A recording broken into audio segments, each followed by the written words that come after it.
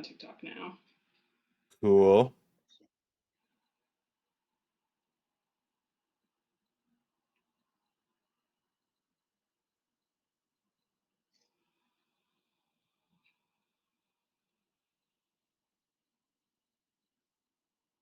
All right. And then I'm going live on Twitch right now too.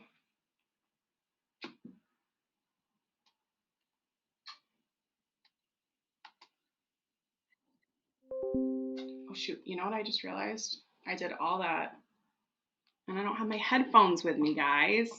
Hold on. I'll be right back. I need to do that. Be back in 1 second. Okay.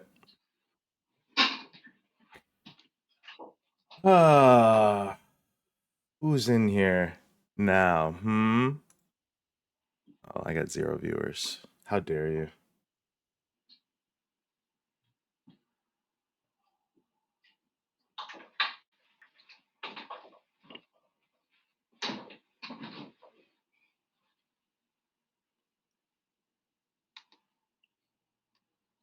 All right. Let's do this. Let's plug my friggin' mic in. Let's like do anything to get yourself properly set up here, Marissa. This is my first rodeo. All right.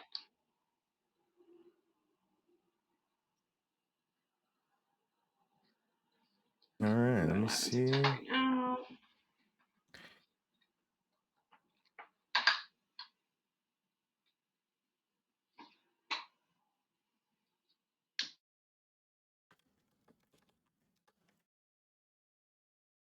Are you on TikTok? Oh yeah, okay.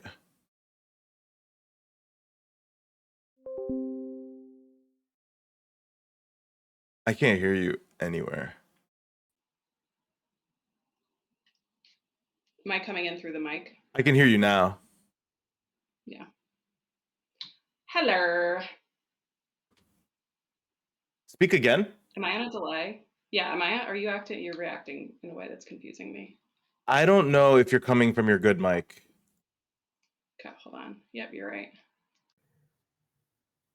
Hello. Oh, Is that better? Yeah, much better. Much better. Yeah. Hi, David Bates. You are a little, David. you're a little loud on my side. I'm loud. Yours. Yeah, I don't know if your side is. I'm fixing it on my side all the time. Like cool. When people are in the comments, like, okay, let me make you a little bit louder.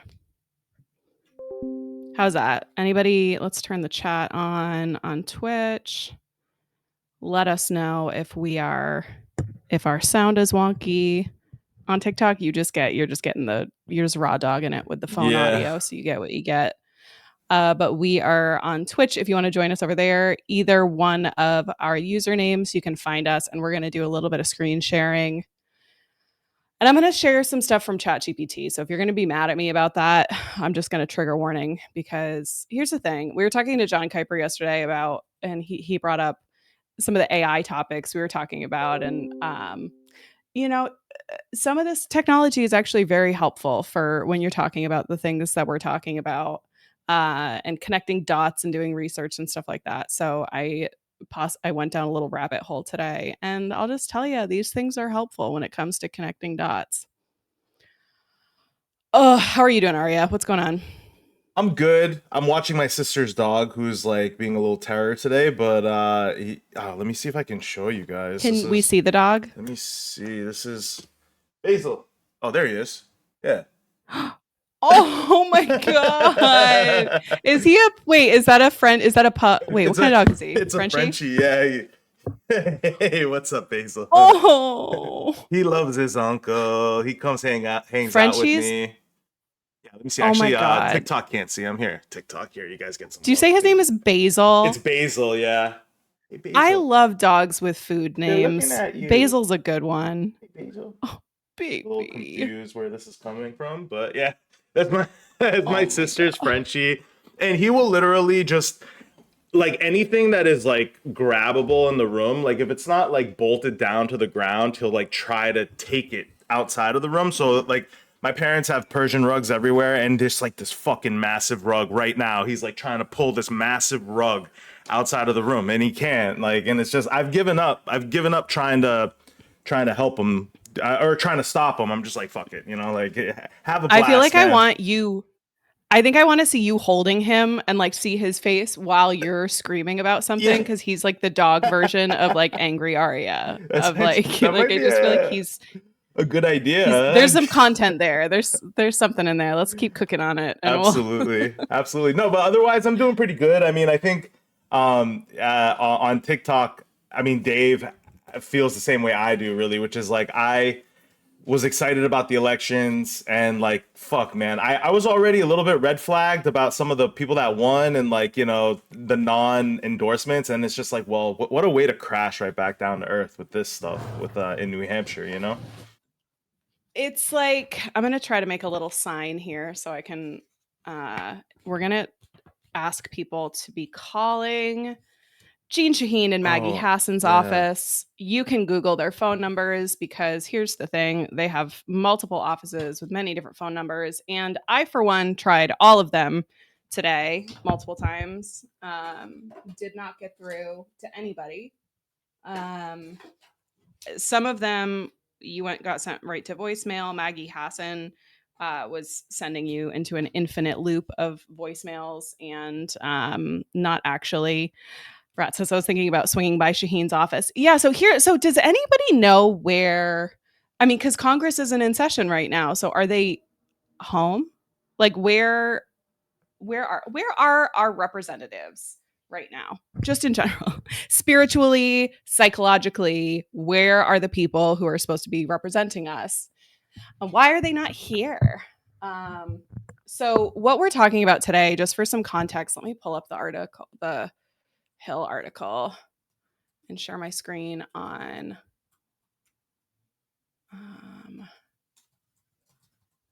TikTok, excuse me, on Twitch. I'll share what we're talking about here. But Jeanne Shaheen and our friends Jeanne Shaheen and Maggie Hassan are supposedly starting to try and whip the Democrats to vote to end the shutdown without any real protection for our healthcare. This is sort of like the last. Oh, you got it. Thank you.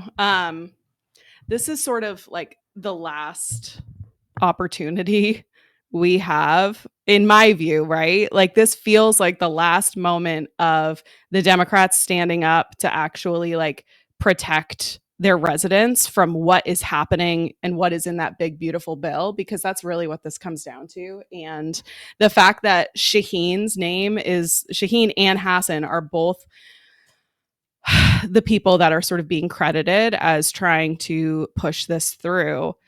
It's not surprising, right? Because this is what they've been doing all along, ever since 2025. This is, and I'll just yap if you'll allow me for a moment. Peace.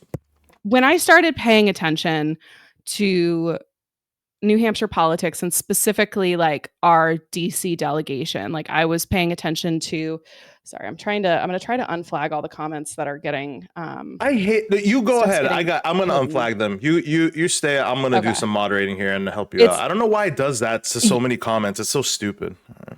Because they don't like us talking about these topics on social media, and so they're trying to hide it. Not to sound paranoid, but okay. So let's go back to January, February, when shit starts getting really intense after the inauguration, and the Trump administration came out guns blazing, pushing a ton of crazy stuff right out the gate. I want to be on the laptop so I can type better, but I have thoughts. I can't hear Marissa on here at all. Turn yourself up, Marissa? Like I can change you on my own stream. So yeah, my icicle's up all the way. Hold on. Thank you for thanks for letting us know, Bridget. Hold on. Let me see if there's anything else I can do. Let me just pop into my microphone settings. All right, I'm switching. Okay. I just adjusted a few settings on my mic, Bridget. Let me know if that's any better.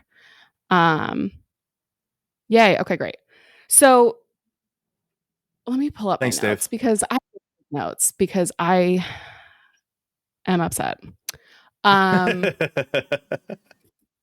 just spent the last like hour just on ChatGPT and trying to pull all of this stuff that they have been doing. But no, this is giving me flashbacks to, I think it was in March when we were first having shutdown, or when we were last having conversations about shutdowns.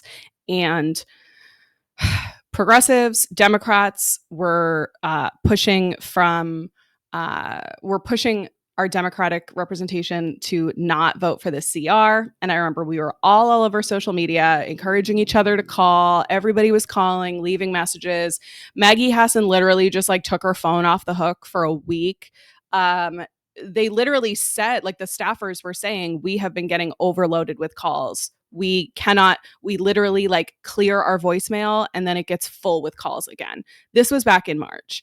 And so we were flooding their phone lines, and they still did not do what we were asking of them in regards to the CR. So this is just another iteration of that, where Shaheen and Hassan are acting in coordination with our fascist government, and they are wanting to give away any amount of bargaining power we have. And so we're talking about healthcare here. Like I know if you're not paying close attention to the shutdown, I was talking to somebody about this in my life earlier today. If you're not paying close attention to what's happening with the shutdown and why we're shut down, maybe you hear out of context, oh, they want to end the shutdown. That's a good thing. They are ending the shutdown. They are giving back our bargaining chip without any bargaining. There has been no conversation that is happening. They just want to end this as quickly as possible. And so I feel like it's controversial to say that this is controlled opposition, but that is exactly kind of how I feel at this point. Do Shaheen and Hassan accept AIPAC resources? Do they? Yes, they sure as shit do. They accept a lot of AIPAC money. Both of them do. All of our representation does. And so anyway, this is what we're talking about today. We are talking about how this Hill article, Arya has it up on Twitch. If you're with us on Twitch, we're going to be sharing some stuff on our screen. These two specifically, as well as our entire federal delegation. So I'm talking about Chris Pappas. I'm talking about Maggie Goodlander. These people are all accepting crazy amounts of corporate money. They're accepting crazy amounts of AIPAC money. They are absolutely not representing our interests at all. They have made it so far in their careers while not fighting for us, right? Historically, they have maybe done some good things. Maybe they've passed some good bills, but these are when we're talking about establishment politicians that are in the back pocket of people that we don't want them to be in the back pocket. Like that is what we're talking about here, is these folks they're not working for us. And this is the last opportunity to like actually show not just your residents and your voters, but show the world that Congress has any function.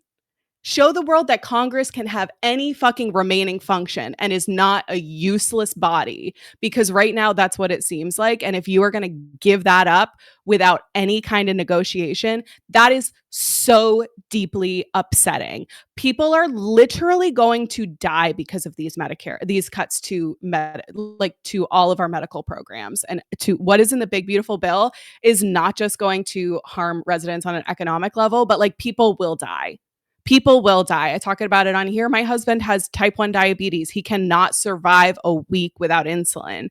If we lose access to healthcare, he dies. And so I see people online all the time talking about like, hey, if this happens, I've accepted that like my life might end because of this. And so I'm not being hyperbolic. We're not being hyperbolic. And these people won't pick up their fucking phones and talk to their residents and their voters. They won't pick up the phone. They won't answer the phone. They won't do town hall. Chris Pappas did one friggin' town hall this year, and he was an absolute little baby back bitch about it. He ran off stage crying pretty much because everyone was yelling at him. These people are chicken shit right now, and they are showing us how they have no fucking loyalty to the people who elected them into office. And I'm so over this. And so please, we're going live today. I was going to take today off the internet. I just said to Arya, I was like, I didn't want to see your friggin' face today. I'm tired. We've been streaming a lot, but this is crazy and we need to call them. So I am trying to make a sign. I got distracted by screaming. Please call Senator Shaheen, Senator Maggie Hassan. There is a whole list of phone numbers you can call. They have multiple offices. I called all of them this morning. I could not get a staffer with anyone. Other folks have reported they were able to talk to a staffer. So if while you're watching, put us down for a second or pull us up on Twitch on your computer, please call right now, especially if you have the time to watch us, you have the time to call. So call Maggie Hassan, call Jeanne Shaheen, and tell them that we're watching. Tell them that you're on a live stream right now with people that are on NH Talk, on TikTok, on Twitch. People are watching them. They're not used to this. They're used to being able to operate in a way where people are not tracking their every move, but we're tracking them right now.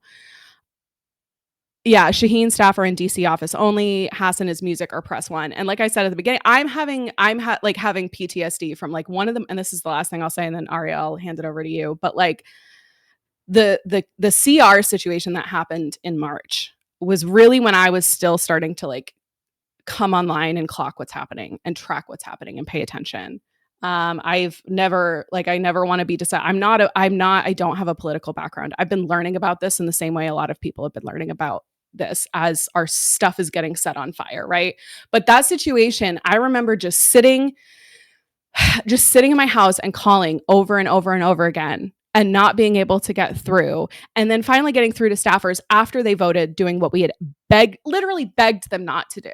And the staffers were like, yeah, I know. We couldn't even like get through all the messages. We couldn't even listen to all the messages. So I know that they were getting flooded with their voters, with their residents begging them not to vote a certain way. And they still did, right? So my question is, if we are begging these people to treat us with human dignity, like we are literally begging for our lives in certain situations, we're just begging to be treated with humanity, and they can't even pick up their fucking phone or do a town hall.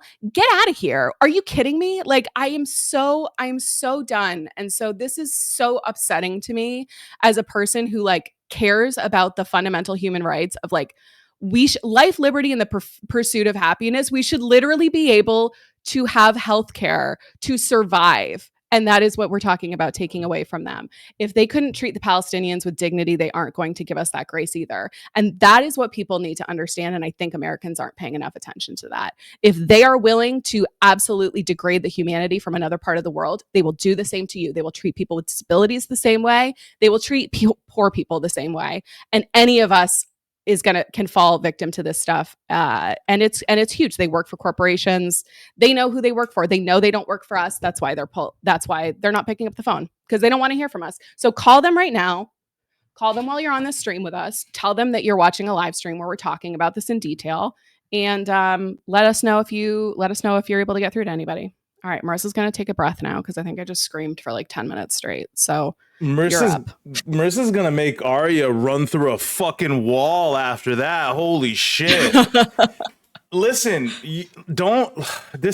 what you're harnessing here is the energy of we're all tired. We're exhausted. That's what a lot of us, including you, I mean, we've been yelling about this for a long time. And you mentioned something again, which I bring up a lot. And like, I mean, there's not much more I can say to what you already said without feeling like I'm piling on. But there's some things I want, like on even a macro level, I want people to think about here outside of like just the utter lack of humanity. First of all, just know that the 8 Democrats here are centrists. Okay, that's the first thing everyone should know about these 8 Democrats. They are centrists.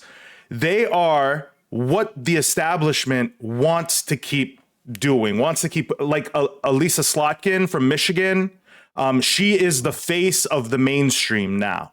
That's what they're trying to go with. Former CIA agent, tough from Michigan. Two senators from Michigan. Sorry, I'm so stupid. What happened? Go ahead. I'm just laughing because I'm on TikTok trying to do a sign that says call Jeanne and Maggie, but it's backwards. Like dumb.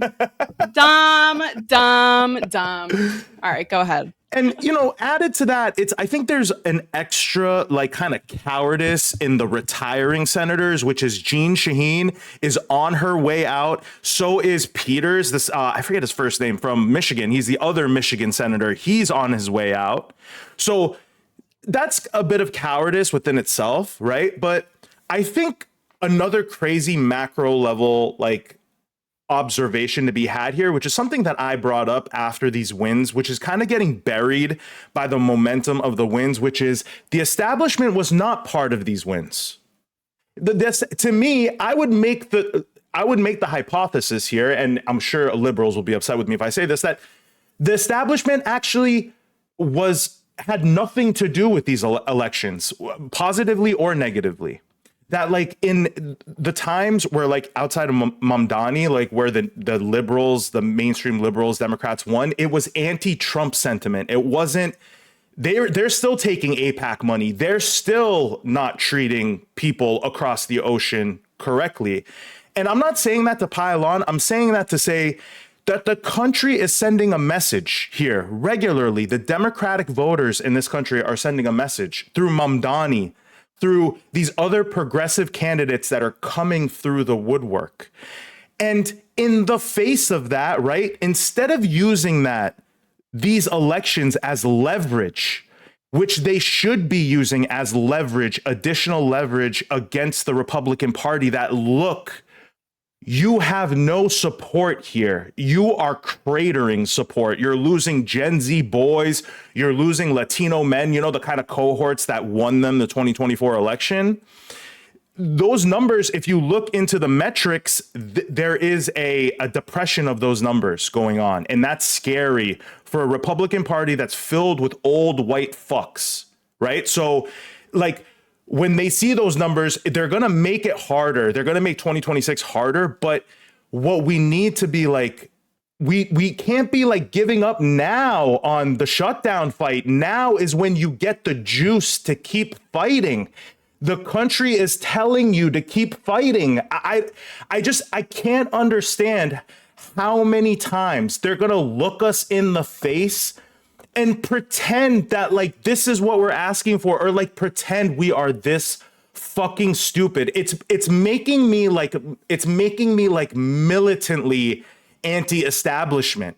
It's like, and that's not what you want right now. Like we're supposed to be like listening to the voters, like the autopsies of these elections. We're supposed to be looking at the numbers and being like, what are the wins telling us?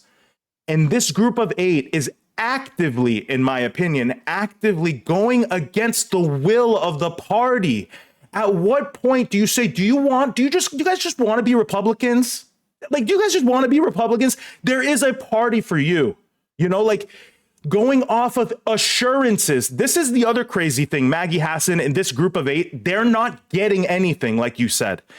They're getting assurances from a party that promised us they would never cut Medicaid, they would never cut SNAP. Assurances from a party that lies as part of its like just who it is.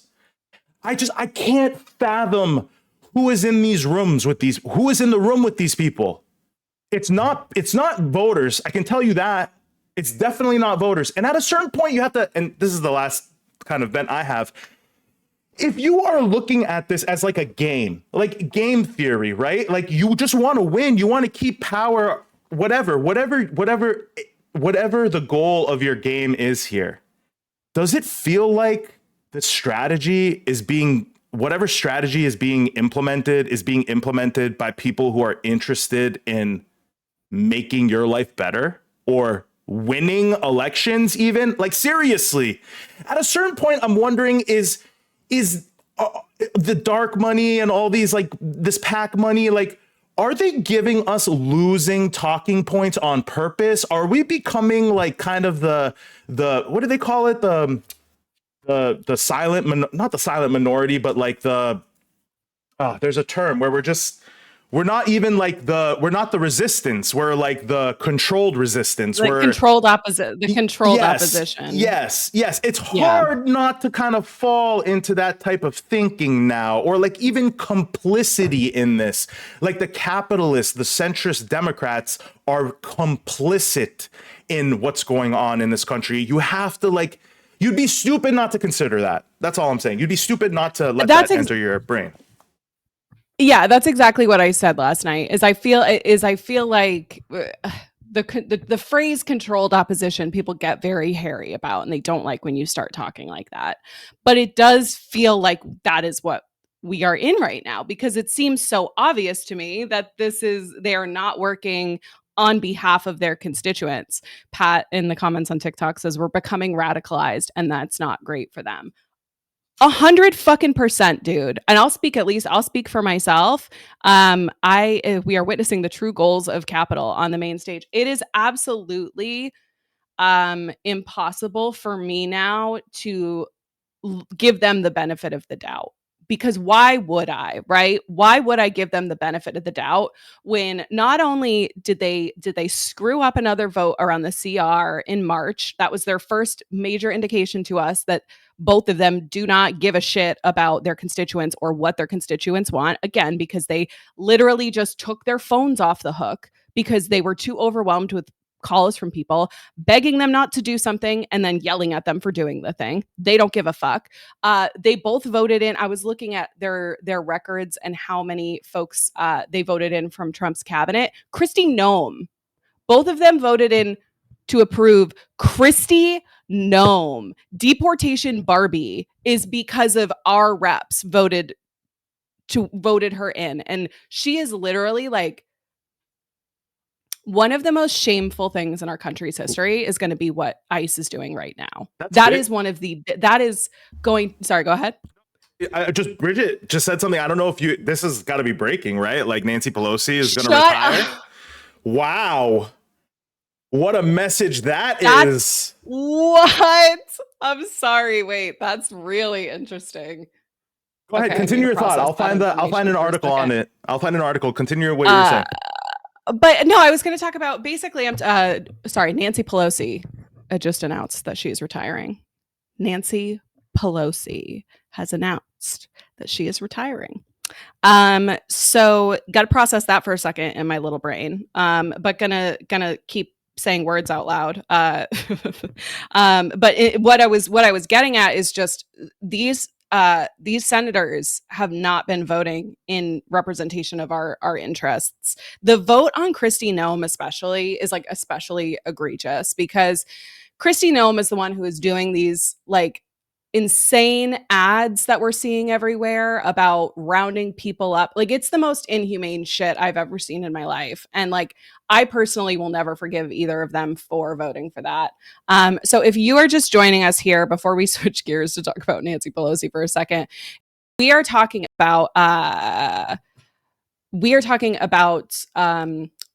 the new reporting that came out about New Hampshire Senators Jeanne Shaheen and Maggie Hassan trying to pressure the Democrats to end the shutdown. And so if you are on this call right now, if you are on this live stream, please, please, please take a second, call them. Just Google their phone numbers. They have many offices. Try all of them until you get to talk to a person. If you can't get through to a person, leave a voicemail. Let us know if you're able to get through and what folks say. Let them know that we're watching them and we're talking about them. Let them know that we're on a live stream on social media talking about this, because I want them to know that this shit is not happening in the darkness. All right, so Arya, I haven't looked at this yet. What's the sitch? No, I mean, I think, listen, she's announcing she's not seeking re-election. I know, like, there was a very exciting, I think AOC's former staffer or something, Psycat something, a really cool, exciting, progressive guy running for Pelosi's seat. And I'm sure Pelosi is seeing the writing on the wall. Pelosi is not retiring because she's old. Feinstein died in office, dude. Like, I don't care what you want to say. Like, they will stay there until they literally can't anymore. And they will weekend at Bernie's these people around like they did to Joe Biden for a couple months at the end there. They will do that like before they give it up, right? And I feel like this is a sign. Like, again, when we're sitting here talking about centrist Democrats possibly folding here, like in a big fight, and one of the foundational aspects of the liberal mainstream, who is still, I mean, her power had been withered away over time anyway. Like, you barely heard about Nancy Pelosi recently, but she's still like kind of this. She's this kind of like this vanguard of like the liberal establishment, right? And it's like one of the key pillars of the vanguard is telling you the writing is on the fucking wall here. And I wouldn't be surprised if maybe in the next coming days after this announcement, again, she announced this a few hours ago. We're a little bit late on the news, I guess. But I wouldn't be surprised if you heard other possible liberal mainstream, Congress people considering retirement here. I think that was part of the Jeanne Shaheen calculus, to be honest, possibly in Michigan as well, because again, Michigan, largest Muslim, contingency in the country. Outside of lost me for a second, outside of inside of America, like Dearborn, Michigan. Obviously, Michigan very upset about what happened and upset with the mainstream. So I think this calculus is kind of important for even this conversation. And I wonder if this is going to signal them to back down on this, because my whole thought here was, because the whole Maggie Hassan thing, I had heard inklings of Democrats thinking of kind of backing away from this before the elections. And then when the elections happened, and that was still happening, those rumors were still happening, I'm like, there's got to be an end to this, like, because these elections got to be a sign that like the progressive wing has more leverage than it thinks here, and these guys should fall in line too. So I'm starting to think that maybe that's a possibility that the centrists will kind of back away from this, because all the side, this is to me not a random thing to happen, and the timing of this thing I don't think is random either. I think this is very important. This feels very, very much attributed to what we saw in New York this week, right? And what we saw play out in some of these elections that we were talking about yesterday. This feels like a direct response. And this is just, I had to include this picture because this is how I will always envision Nancy Pelosi in my mind. Is I will never forget this ridiculous stunt that they pulled when they all were kneeling on the floor of the Capitol building trying to pander to. Anyway, that's my Nancy Pelosi moment. But when we're talking about, let me share my, hold on, I'm going to switch my screen share for a second. Thank you, everyone. Hold on. Everyone said my audio is not working on TikTok. Give me a second. If you want to keep talking for a second, Arya, I got. Oh, I would love to. So yeah, give me a sec. Yeah, so I mean, I do think, like, again, we're seeing these battle lines drawn all over the country, these kind of progressive liberal battle lines, and these elections, again, there were mixed messages through these elections. Yes, there were big Democrat wins, but I think outside of Mamdani, we can't be too excited about the Democratic establishment still. And again, these are the signs why, right? Because of how these 8 centrists are acting, and now this Pelosi news that just came out is like another indicator of that. Can you guys hear is my audio back on TikTok? Can someone let me know? Because I'm about to go on another rant about what the fuck. It's all right, last thing. Does that work? Am I back now? Thank you, Rat. I love you. Still nothing. Hello. Fuck. Okay, I'm gonna close this live and restart it. Okay. You know what it is, Arya? It was my I have to turn off my notification that's like, you've been on TikTok for too long today. Because when I get that, then my audio goes out and I can't get it back. Oh, you have like You know, one of do those. you have that set up? Hell You no, should that probably thing get would one fucking too. yell at me all day. Are you kidding me? That thing would just give up after a day. Like, you are not I need to listening to turn it me. off. I know, because that's what fucked up my sound and I can't get it back now. So I just restarted the TikTok feed. That's funny as Sorry about hell to that. Here me. we go.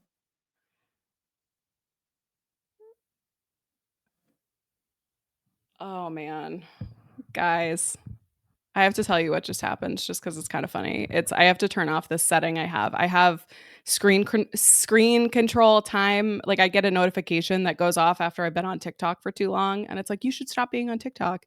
And when that comes up, for some reason, it's done it on my lives before. The audio stops working and then I can't get it back. I've tried everything, but that's why, is because I'm trying to set boundaries for my mental health and ignoring them. What a loser. Ignoring my own boundaries Just for my mental kidding. health. But we're back. I really do need to just turn that off. I'm gonna just give it a second for people to jump back in since I had to boot everybody out. But like, to your point about why are they doing this, right? Like, once you get to a point where thank you guys. Thanks for letting me know. Sorry about that. And if you missed the description, it's because I have a notification on my phone that goes off and says, Marissa, you've been on TikTok for too long. You should stop being on TikTok. And then when I hit ignore, it just turns my mic off and I can't activate it through settings. So I have to restart the stream. I'll fix it. It's my bad. I'm sorry for having boundaries. I'm not good at it, clearly. So in terms of like, why do they do this, right? Like, why be a public servant and not serve the public, right? Like, why would you do this? I want to talk about, number one, profit, right? Like, I think that the people who are representing us here in the state of New Hampshire in DC are all very, very, very rich people. So if you are, let me pull the chat back up. If you are on Twitch, I'm just going to share my screen for a sec. Because I've been talking about, oh, can you see that? Yeah, you can see this. Okay. So I've been talking a little bit, and I've been a little bit interested in the Shaheen family specifically, because not only is Jeanne Shaheen probably like the most powerful politician in New Hampshire, right? She's been governor, like she's like and Maggie Hassan honestly is very, very powerful as well. But when you start looking into Jeanne Shaheen, her husband's business, right? So her husband he's founding partner of Shaheen and Gordon, which is a law firm. They are one of the biggest, if not the biggest, law firm in the state of New Hampshire. They are the law firm that represents the New Hampshire Democratic Party. That alone is very weird, right? So the involvement between the Shaheen family, and the Democratic Party of New Hampshire is, I have questions. It's weird that we all just are cool with that, and that's not a big problem to people. But once you start digging in a little bit further, too, you see, so we've got Bill Christie, who is another partner at Shaheen and Gordon. He's the legal counsel for the New Hampshire Democratic Party. So I learned about Bill Christie a couple of weeks ago when we were talking about the Rules Committee in New Hampshire. And we found out that Bill Christie was a member of that Rules Committee who has a vote and a permanent seat. He's the only non-elected position on that board. And I think that now has changed, I believe, with the new rules that they were able to pass despite his best effort. But that being said, Bill Christie is still a very important part of making decisions around what happens in the state of New Hampshire. So that's Bill Christie. And then once you look to Bill Christie, you find out, and again, a lot of people already know this, but I'm coming in kind of fresh to this, that Bill Christie's wife is Cindy Wormington, who was a former partner at Shaheen and Gordon, also was on the New Hampshire Executive Council for 4 years, which is, the Executive Council is one of the most powerful groups of people in New Hampshire. They decide how we spend our money. They approve all the contracts. They are an incredibly important check on the governor. So that's Bill Christie's wife. And she also was the candidate for governor in 2024, the Democratic candidate for governor. She did not win. She lost to Kelly Ayotte. But so that's kind of the layout up till this point. And now, like you said, Jeanne Shaheen is retiring. I think the only reason that Jeanne Shaheen is retiring is because she has Stephanie Shaheen, her daughter, ready to just step in and assume the position, right? And the Democratic Party in New Hampshire, at least from what I'm seeing, is treating Stephanie Shaheen as the default nominee, which is bullshit, because you know who else is running for that seat is my friend Heath Howard, who is a fantastic person who does not take corporate money and actually gives a shit about his constituents. So I would recommend to you to take a look at Heath Howard if you are in CD1. But it's just interesting when you see all of the connections, you see how power in our state has been concentrated to a couple of groups of people, a couple of families specifically. Chris Pappas's family has a whole lot of wealth that they have also benefited from in terms of his restaurant and the money that they have made over the years as something that's been positioned as a core piece of sort of politics in New Hampshire. But it's pretty icky, right? And so when you look at the timeline too of Jeanne Shaheen announcing that she would not be running for another term, and then immediately after that, Chris Pappas announced that he would be running for Jeanne Shaheen's Senate seat.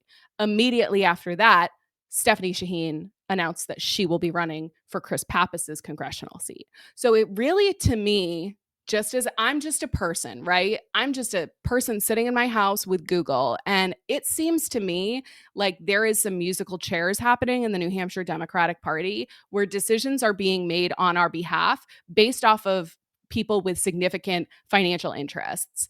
And it, to me, feels really icky. So that's also why I get very upset when I hear about the New Hampshire Democratic Convention that took place a couple of weeks ago, when essentially Stephanie Shaheen and Chris Pappas and these people were being propped up as the de facto nominees, even though there has been not a single vote cast. But those are their cash cows. And these people are all taking care of each other. And so me, again, as a normal resident here, I'm just trying to like live my life. It's really kind of gross when you see how much power has been consolidated into such a small group of people here in New Hampshire. So the fact that all of that, just as a refresher, and if you're watching on TikTok and you're not looking on Twitch we're screen sharing a little bit, but Shaheen and Gordon is the central node connecting multiple Democratic Party figures through employment and legal representation. This intergenerational family dynasty that we have here in terms of the Shaheen family and their involvement in the New Hampshire Democratic Party is very problematic to me. Just again, coming in as someone with fresh eyes, I'm like, how is that okay and accepted? It feels like my guess would be there isn't much room for pushback, because if you push back on these people, there is very significant impacts that can come to your own career if you're somebody who has a career in politics. That's the great thing about me, is I don't give a fuck about being in politics. I'll say whatever I want. So it's pretty gross to me to see all the marital connections, to see all of the consolidation of power around these Senate seats. And so back to today, where we're talking about the reporting that has come out that Shaheen and Hassan are trying to whip support to reopen the government. To me, I'm like, that's not surprising, right? Because they don't give a fuck about us, and they don't even pretend to give a fuck about us. They won't even pick up their phones. So I have a lot of problems with this stuff that I've seen, and I'm going to keep talking about it.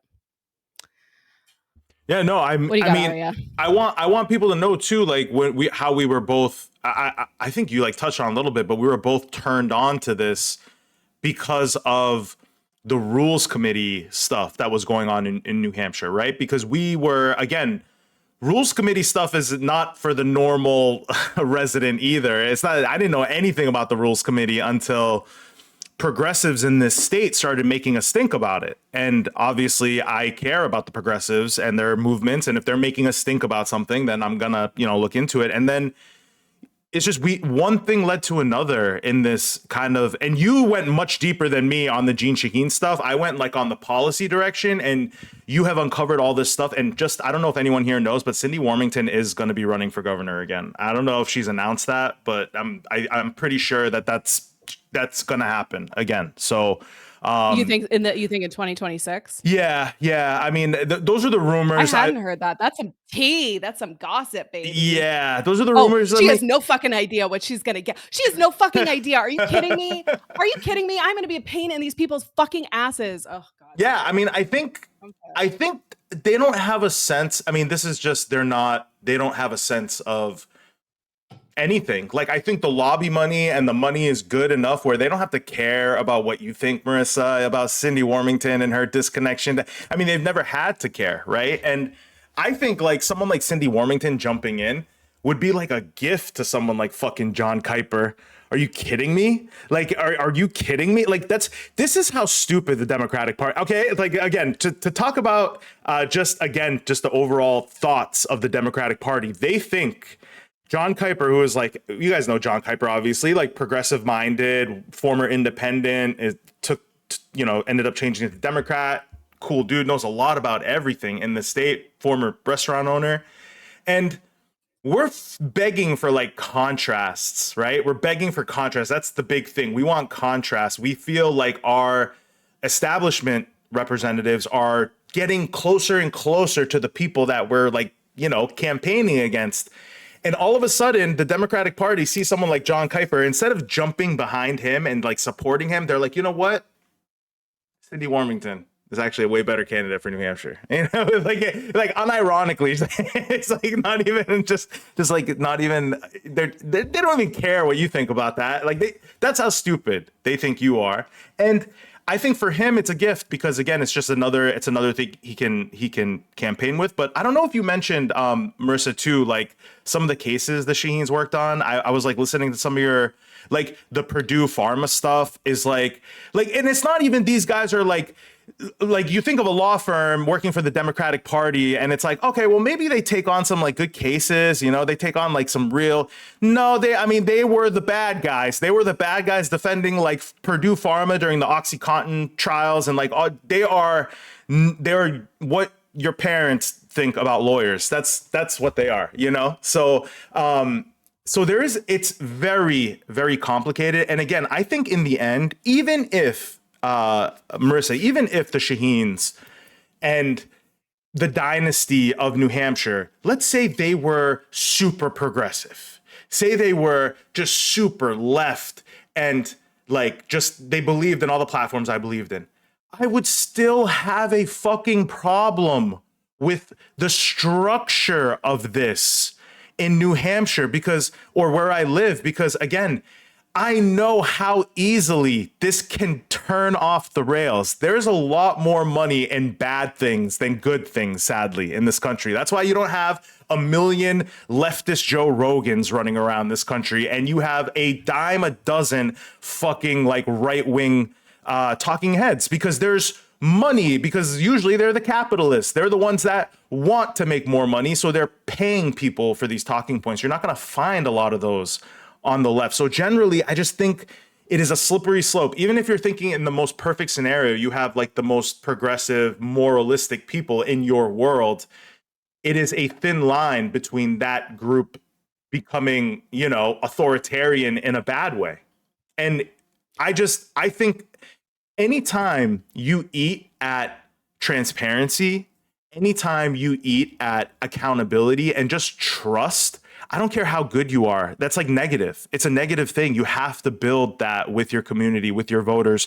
And I think they're in for a hell of a ride. The establishment's in for a hell of a ride right now. If they think that they can keep doing this and not face the consequences for it, and I think they did in New York. And I think that's just the tip of the iceberg now with Nancy Pelosi retiring. And I think you're just going to see a bit of a dam breaking here, maybe. I have tended to be a little bit like conspiratorial in recent history. Not conspiratorial, but a little bit like I'm one of those people who said things like, I don't even know if we're going to have free and fair elections in 2026, right? Like, because I do believe that. What I will say is this week was a good reminder for me that we are still having elections that are free and fair. Elections do still matter. And so we have to pay attention to what these people are doing and what they're continuing to do. And the way that I think this is kind of, you were getting at this too, Arya, is like this group of people, this like power group of people in New Hampshire really operate as a monolith and they make decisions together. And we see how they all kind of, this wealthy, connected group of individuals has incredible amount of control on not just our government but our commerce. The fact that they are such a big legal part of the legal landscape in the state, they have so much control. It's incredible.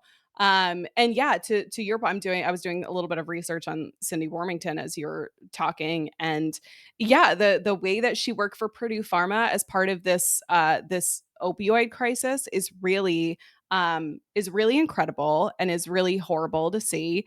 And yeah, it's kind of, and I think just to cut in moment, yeah. just to cut in on them, Marissa, and it's not like New Hampshire is not suffering from a crazy opioid epidemic. New Hampshire is one of the states that has very high addiction rates, and the addiction rates they've found out, there is a racial aspect to this, right? So like in the 70s and 80s, when there was a lot of systemic racism, even now, systemic racism in the healthcare system, you had doctors that were prescribing less opioids to people of color, even in cases where they like had actual like need for them, right? Like they were less likely to prescribe those, more likely to prescribe opioids to white suburban families for little things, hurting your ankle in like a soccer game in high school.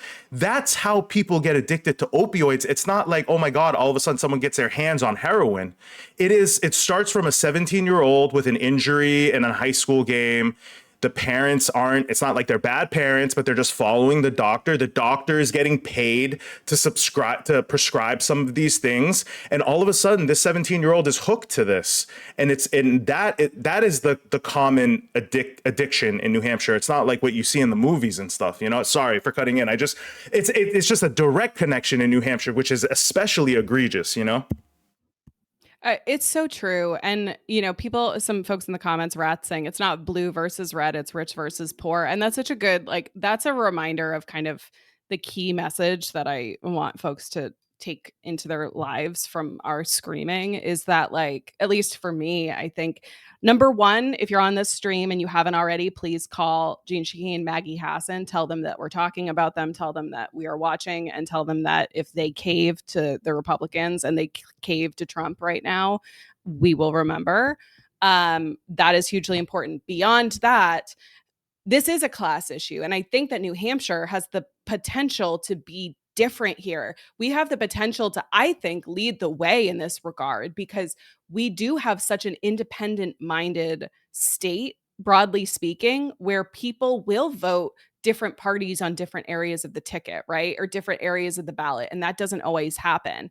And I think that there is great power if we all are leaning into that messaging of this isn't about Democrats. This isn't about Republicans. This is about we are all the working class, right? I don't care if your parents are rich, you are still part of the working class. If you have to go to a job and clock in and that you are part of the working class, you don't have anything in common with those people and they don't see you as part of the club. That is the most important thing. The Republicans at the top, the Republicans have just as much of a family dynasty problem as the Democrats do, right? Obviously, the Sununus and all of this stuff is a whole other issue that's very much related. Is this small group of people, this small group of families has concentrated power in our state, and they are unilaterally making decisions as a group on all of our behalf. It impacts all of us. And so this is, again, not a Republican versus Democrat issue. And so please bring that energy into your life, into the conversations you're having with people, that this isn't just about party. And I think we in New Hampshire have the opportunity to like help lead the way in that conversation because we have a more independent nature to us. And I think now is the time to have these conversations. Now is exactly the time to have these conversations. We are still a year out from the midterms. Stephanie Shaheen is running for Congress. This stuff is important. And we need to talk about it now. We need to stop serving the rich. Yeah, exactly. This is a class This is no war but class war. This is a fucking class war. And right now they are committing political violence. Taking away healthcare is political violence. People on the left, the Democrats love to kind of get our panties in a bunch about violence. This is violent. This is violent. To take away people's healthcare, to take away people's ability to live is violent. And so that's way more violent. I care way more about that shit than someone throwing a brick through a window. Yeah, that is the definition. I'm still getting a voicemail. Yeah, it's a definition of class violence. That is. I mean, and that's something that has to enter the awareness of the American public too. That again, violence isn't just the shit that they tell you on the news and the movies. There's a philosophical point to violence too. The taking of your life is violent. The road to taking your life is violent. People will die from cutting SNAP and cutting access to health services. That is the definition of violence. Don't be afraid to say that in your arguments too, in your conversations. Call it what it is. Violence isn't just overt punching you in the face, though some of these politicians could probably use a punch in the face. It is like theoretically, allegedly, not for educational purposes. International ones. But it's one of those things where I think we need to be morally clear. That's something that me and you talk about a lot, having moral clarity, righteous anger, that like the normal emotional normal emotional state here is not passivity or like, like anger. That's the normal, that's the right, like if you aren't angry, if you aren't fucking unhinged some way, like I don't think you're paying fucking attention here, like even again, I'm telling the people who are like Republicans that are cheering this on, it's like y'all don't know what's coming for all of us, like I joke around like you're gonna have to show your papers just like me, like it's like one of those things where people just think there's like an immunity on them from everything that's coming, economically, socially, culturally, whatever it is. And I just think that you should not feel upset don't hold back in your conversations. If someone wants to say you're acting unhinged, use it as a badge of honor that you're paying attention. And like, again, it isn't about party, because you're never going to sit here and find me and Marissa falling in line over everything, because again, we've gotten to the point now where falling in line to me, and again, I know I have some disagreements even in my mutuals, that like falling in line with the Democratic Party when the primaries are done is important. I used to believe that before there were literal Nazis on the other side. Like there is no worst case scenario for me anymore. Like the who's there is already terrible, right? So like if what am I replacing what's there with? Just the same people that allowed those people to enter in the first place? That's my answer, is to go back to what it was that allowed this to happen. And I think this is the existential question that I'm having every day now when it comes to vote blue no matter who, right? Because the vote blue no matter who crowd has shown me that it's not always, there are some people that are not good enough to vote blue no matter who. So now I'm wondering, like, how far am I going to take my stances? In the past, I used to say to other liberals that like, I will signal that like for Kamala Harris, my strategy was I'm going to signal that I'm going to withhold my vote for her if she doesn't say anything on Gaza, but I would ultimately vote for her. And I did. This time, if we do it again, I'm not sure I'm going to capitulate this time, because I saw what happened when I capitulated that time. Didn't do anything. Your base didn't even show up to vote. You got me to vote, the progressive who's pissed with you. Your actual voters didn't show up to vote. So like you're not showing up. And this guy I follow on TikTok said it perfectly. If your leaders, Chuck Schumer, Barack Obama, Kamala Harris, the leaders, the de facto leaders of the Democratic Party, if they're not going to show up for you, why the fuck are you going to show up for them? If they're not going to show up and endorse Zohran Mamdani, why the fuck would you listen to anything these people have to say at all? in terms of like a big tent or like a like part of the calculus of what your campaign is going to be. I think these are very real questions. And I think the Democratic Party, if it's smart, is going to have a lot of growing pains in the next year, is going to have a lot of identity conversations between the progressives and the liberals. It is necessary, or the progressives are going to fucking eat you alive. Like we're seeing it. We're seeing it happen. And it's like it's getting to the point where like they can't hold us from the phones anymore. So like we're going to have to show up at their doors, you know, like and we're going to be upset, and there's going to be no shot for the Democratic Party if they can't come to grips with what their base wants. It's not just leftists anymore, right? I mean, every poll says that the base is pissed with the party. So, I mean, it just feels like they're not looking, they don't care about that. And they're going to need to survive what's coming, like the political environment. I listening to you say all that, and I'm just like, I don't think that they give a fuck. Yeah. Like, I just don't think that Jeanne Shaheen gives a fuck about what we think, right? Because this is why I'm at the point now where it does feel like it's controlled opposition, that these people are literally choosing to be complicit because they are profiting from it, and it is giving them a level of protection, right? I think to your point, I think a lot of white people, especially white people of a certain class and income level, think that they are immune from this. And they think that by capitulating, they will be able to protect themselves or put themselves in a better position or gain more power. But what people refuse to recognize is the reality that this turns on all of us. This turns on all of us. You are not your whiteness will not save you. Your money will not save you unless you are willing to compromise all of your values.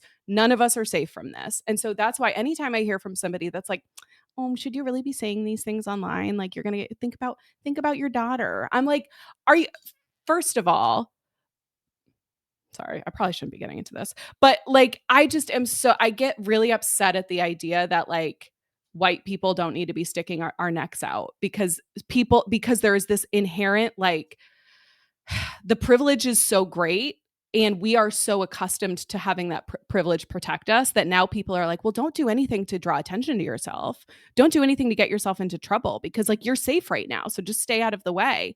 And it's like, if they come to, and I've said this before, like on here, if they come to me, if I'm in trouble, they've already gone through everybody else, right? Like I still have so much power and privilege, and we all do. And so when I see people like Jeanne Shaheen not picking up her phone, and I see people like Maggie Hassan not giving a fuck about Maggie Hassan, who always trots out her adult child that has who has, I think, cerebral palsy, and uses him in campaign ads to try and get votes, but then take away that same healthcare coverage from other people.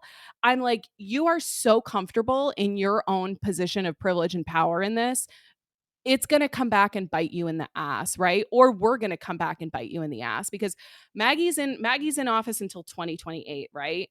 We got a lot of fucking time to organize around Maggie Hassan, my friends. We have a lot of time to organize around Maggie Hassan.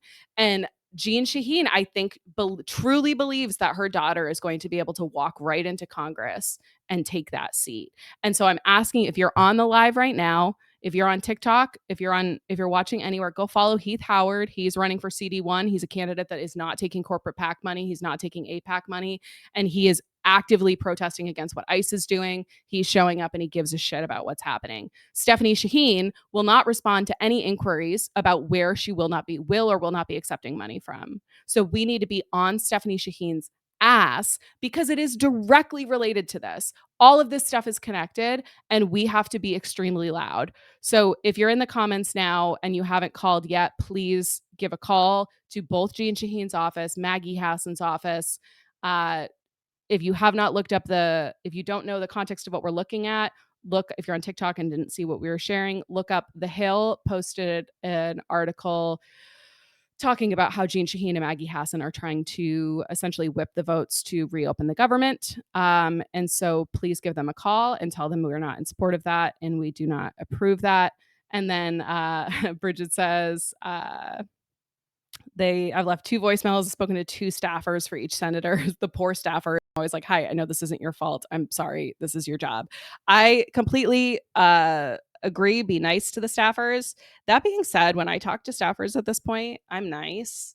But I'm also like, at what point do you pick a different elected official to work for, because the elected official that you are working for does not give a fuck. Yeah, they choose to work there. So like, I don't want to disrespect anybody else that's like trying to make a living, but I think it's also fair to do it. I don't want a Shane Stafford to get in trouble for this, but sorry, I'm just reading the comments on here. But yeah, so pick up the phone, call them, treat them like a human with dignity, but also tell them that it's pretty embarrassing that they're choosing for these senators who truly don't give a fuck. Go ahead, Arya. I just wanted to touch on something you were saying about being white, and because we had this conversation, right, about like our like the messenger, like how important the messenger is here. And you're aware of this, which is like so important. And I think a lot of other people are maybe slowly becoming aware of how important, again, when you talk about privilege, part of the privilege of being a white woman in this country is that the media will listen to you. People will listen to you. Everyone will listen to you. They will put you on a camera like they did with this woman. Now, if you don't know who this woman is, TikTok, I am showing a video of an American nurse that went to Gaza. And she was part of the Doctors Without Borders, I think, that group that goes and helps a lot of different people out. And she is what you would think a typical Western woman would look like. She's blonde hair, blue eyes, light complexion. And she's talking about Gaza. And this, to me, I tell Marissa all the time, to me, this was the moment that Gaza started truly breaking through the consciousness of the American public. It was when this woman got in front of CNN cameras and in front of other international cameras and was sobbing. She was sobbing about the children that she was seeing, the picture, the sights, like her experiences, the same like almost verbatim experiences that a Middle Eastern, nurse was having. It just doesn't have the same pull. Now, in the same sense, right? The person I brought up before that, which I was looking at, Erica Kirk, right? I saw you pull that up and I was like, I don't have time to get into all this today, but I would like to soon. Yeah, the idea here is that, again, this is the new face of MAGA. This is the new face of fascism in America. It's pretty, it's blonde, it's mourning, it's godly, it's soft, it's feminine. All these things are by design. And they are propaganda, different forms of propaganda. So why do I bring all this up? Just to bring it all around. White women are so much more powerful than they think they are, even like on a media social level. The amount of attention that you get on you, for better or for worse, is something that you can use as a weapon. As ethical propaganda. You'll see that in my TikTok profile, right? Ministry of Ethical Propaganda, because I believe there is good propaganda. There is. It's not lying. It's not you are trying to get people to do good things in certain ways without lying to them. It is an art. And one of the arts is providing a message with the right messenger, right? So like saying something, if I was to bring something in my normal unkempt way, and then I gave that same script to Marissa to say it in her amazing diplomatic way, it's going to come off better, I think. It's going to come off better most times, It's going to come off with like a better oomph. I truly believe that, and it's important for women to know, man, you guys are so powerful, man, and when you guys put yourself, I know it's hard to put yourselves out there, but when you do, it is, you really have more push than you think you do. Yeah, I think it's so important. And when you were talking about the Gaza piece of it too, I was thinking about how that was around the same time that Miss Rachel started talking about Gaza, which also, I don't know, Arya, we haven't talked about this piece of it much because this is more of my internet than yours. But that was significant for me. That I noticed that when Miss Rachel started talking about Gaza, and this is a perfect example of what you're talking about, is Miss Rachel very much was like, I am a white woman with a massive audience. And Miss Rachel started putting content out pretty much every day talking about what was happening in Gaza and just talking about the kids, right? Just talking about what was happening to kids. She did it in such she was so careful, and she did it in the most delicate way possible, of the most narrowly focused way possible, saying you can't possibly I'm not saying anything that can possibly be criticized here. Like, I am stepping with the utmost of caution. And yet we've seen how the crazy stuff that's been leveled at her since she started talking about it. But I think that was also another major turning point in the perception of that issue, because she used her image as this like Mr. Rogers-esque figure, but like a white woman in a ponytail and overalls.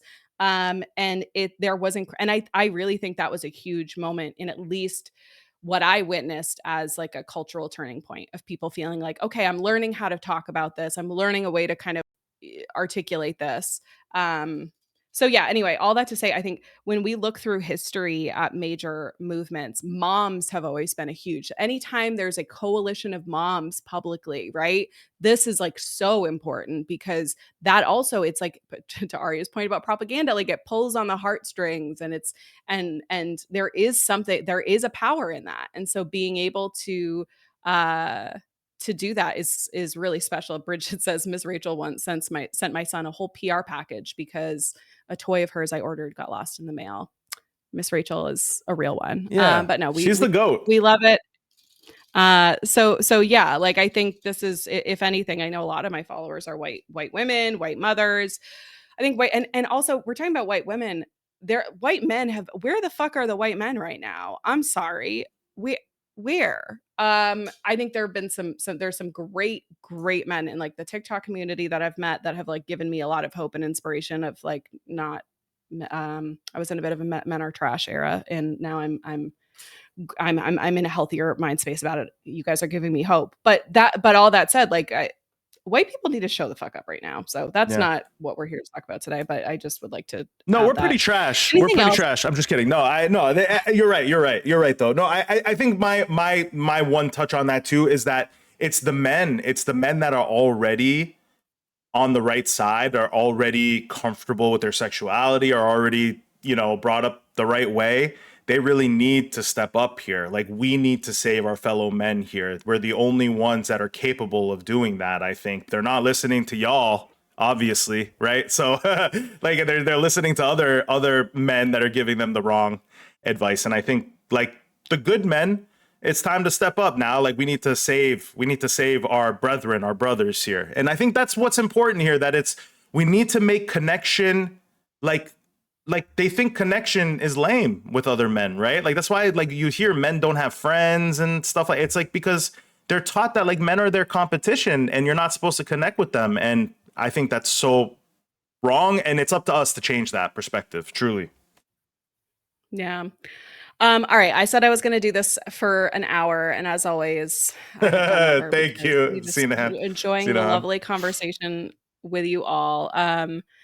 But yeah, so if you joined us today, thank you. What I would love for you to take from this conversation is this is about money, and this is about power, and this is about rich versus the poor. This is not about Democrats or Republicans.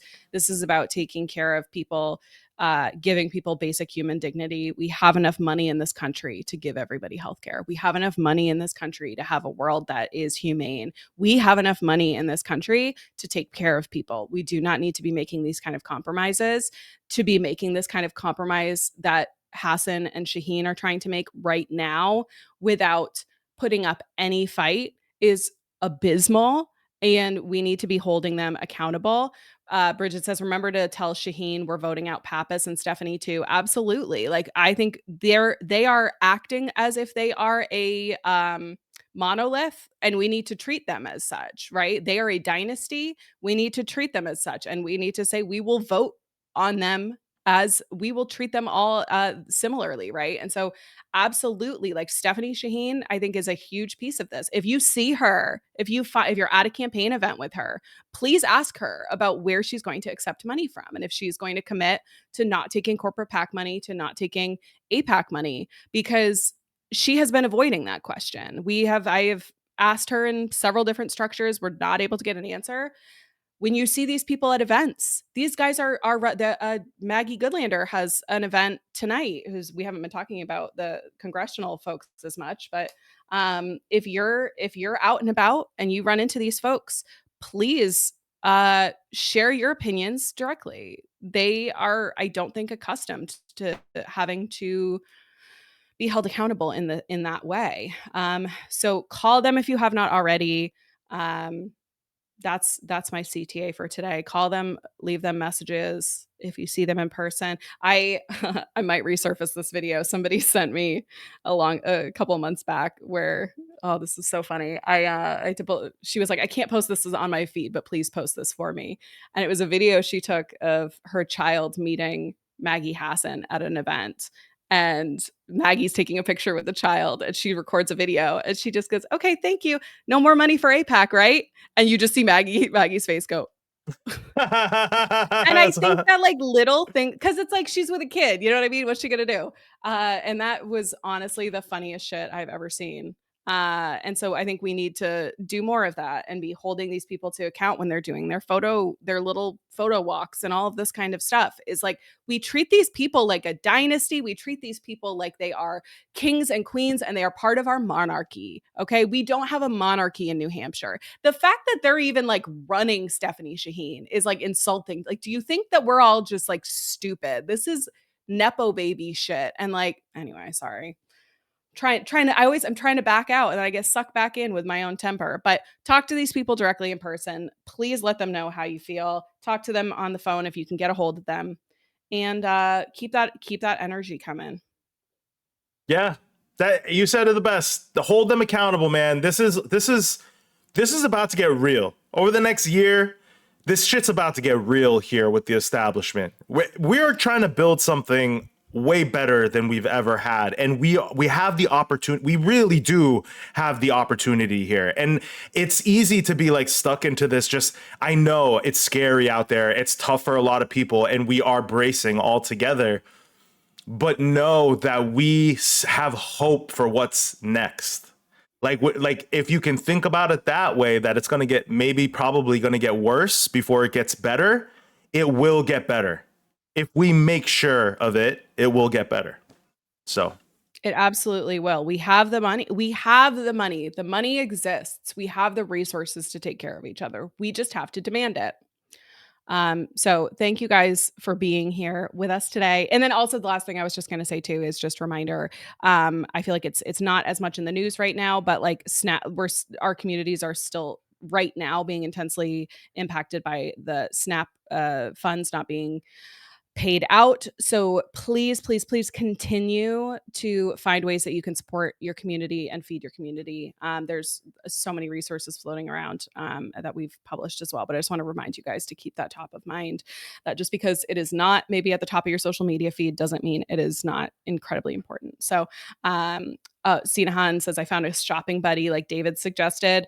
Posting in a local Facebook group is a great idea, and just saying, hey, I can pick up some things for you. I was even thinking about it through the lens of like, if you shop at BJ's or Costco and saying like, hey, I'll pick up, you get these 30 packs of kids snacks, whatever, and say like, I'll split this stuff with you and just give half of it to another family, But yeah, think about creative ways, look for creative ways to help. We can all help in different ways depending on what our resources are right now. So please give a little bit of your brain power and resourcing to that challenge, because we need to take care of each other. Absolutely. All right. That's all I got for today. We're all going to be all right. Same. We'll be back tomorrow. All right. Have a good one, guys. Yeah. I know. We will. Sorry. 12 o'clock tomorrow. All right. I'll talk to you guys. Bye.